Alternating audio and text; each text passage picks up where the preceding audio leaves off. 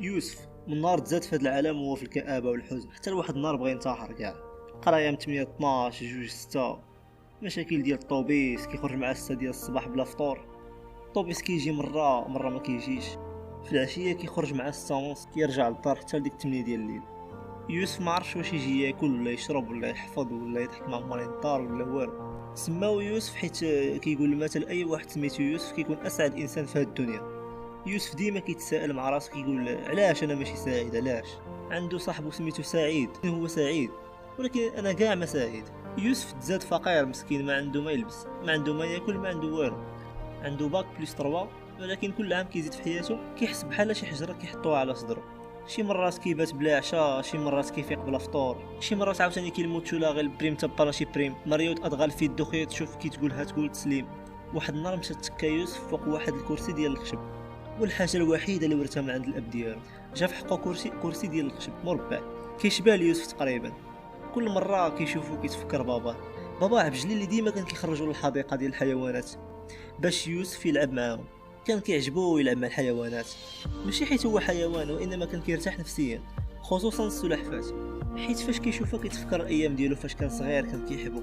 حيت فاش كيشوفها كان كيتفكر الايام ديالو فاش كان كيحبو وهو صغير، كيفاش يوسف كان كيهز الرق الزيت وياكلو، كيفاش يوسف كان كيهز التراب ويعجن بيه بحال الخبز. وكيتفكر حتى حياته ديال دابا حتى هي بحال السلحفات ثقيله، كل نهار كيدوز عليه كيزيد يتعذب اكثر. يوسف بقى كيفكر بزاف، شويه ويطيح عليه واحد الفكره. يوسف دابا خاصو يلقى شي حل. كيقول مع راسو كيفاش واش انا غادي نبقى هكذا يا سيدي ربي؟ مالي على هاد الحياه، بغيت نكون حتى انا سعيد، بغيت نكون حتى انا عندي صديقه ديالي بحال الناس، وبغيت يكون عندي اصدقاء وصديقات. علاش هاد الحياه بحال هكذا؟ علاش؟ يوسف ما عندوش الويفي، ما عندوش الضو في دارو، ساكن هو وخوتو. الوالده ديالو ماتت شهيده في المسيره الخضراء، وخلات له وصيه ليه ولخوتو. وصيه كانت كاتبه عليها: اليك يا ابني يوسف، لا تترك صلاتك ولا زكاتك، لا تتبع الفتيات، لا تصاحب الأصدقاء، لا تلعب بالهاتف كثيرا، غض البصر وغض السمع. وآخر ميساج كانت قبل ما تموت كانت كاتبه عليه إمضاء. يوسف قرر باش يتلاقى مع صاحبه سعيد بالمناسبة ديال أنا سعيد عنده عيد ميلاد ديالو. عنده عيد ميلاد ديالو الغد ليه كان العيد ميلاد ديال يوسف كان دوز كونكور ديال الدراسة في فرنسا ولكن ما تقبلش. كانوا قالوا ليه يمشي حتى يعيطوا ليه، ولكن يوسف ما عندوش تليفون، ما عنده والو. اليوم عيد ميلاد ديال سعيد وكل شيء كان سعيد، كل شيء جايب معاه كادو باش يعطيه لسعيد. الحفله كانت مع 4 ديال العشيه. يوسف ما عرف ما يدير، هو فقير وما عنده ما ياكل، ولكن الصديق ديالو سعيد هذا وحشومه يدخل بيدو خاويين. يوسف ما غاديش يستسلم، لبس حوايجو ومشى للحديقه اللي قريبه ليه.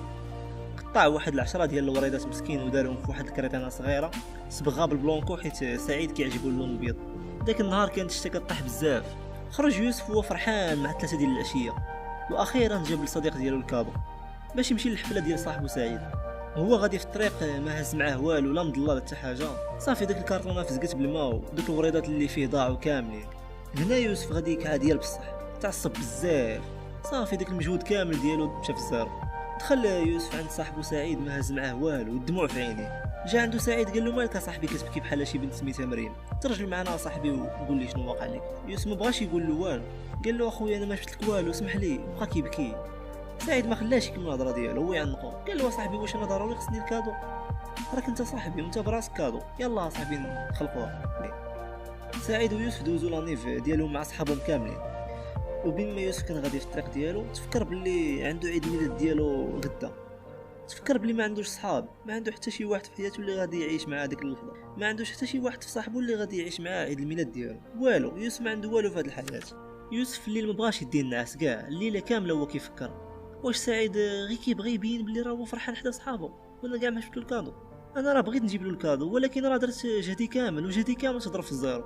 دازت الليله كامله والغد ليه فاق يوسف. اليوم ديالو عادي غادي يدوزو عادي كما ديما بحال كاع الايام. حتى هو مكفس، لا زهر لا والو في حياته والو. حتى سعيد صاحبه ما قال له والو حتى شي حاجه على العيد ميلاد ديالو اللي اليوم ديال يوسف خرج من الدار باش يمشي للمدرسه عادي يقرا كما ديما، ولكن مع هو خارج هو يجي واحد من اللور ويغمض ليه عينه ويطيحو في الارض. واو هذا بحال الصوت ديال سعيد. او سعيد شنو هادشي؟ بالزربه سعيد جبد واحد الكارطون كبير بيض ومكتوب عليه الى احسن صديق في العالم يوسف ما فهم والو. مع الزربه حل الكارطون وهو يلقى هو يلقى بزاف ديال الورد، داك الورد الغالي. لقى يوسف واحد التصويره واعره مرسوم عليها واحد شاد في يديه كرتونه صغيره فيها الورود والشتا كطيح عليه، كانت مرسومه بالوان وزوينه بزاف. سعيد شاف يوسف قال له بلا ما تقول والو انا راني عارف كلشي، انا البارح كنت خارج من الدار باش نجيب الفافخ وانا نشوفك مشيتي للجرده ومن تماك وانا تابعك. يوسف هنا عنق صاحبه سعيد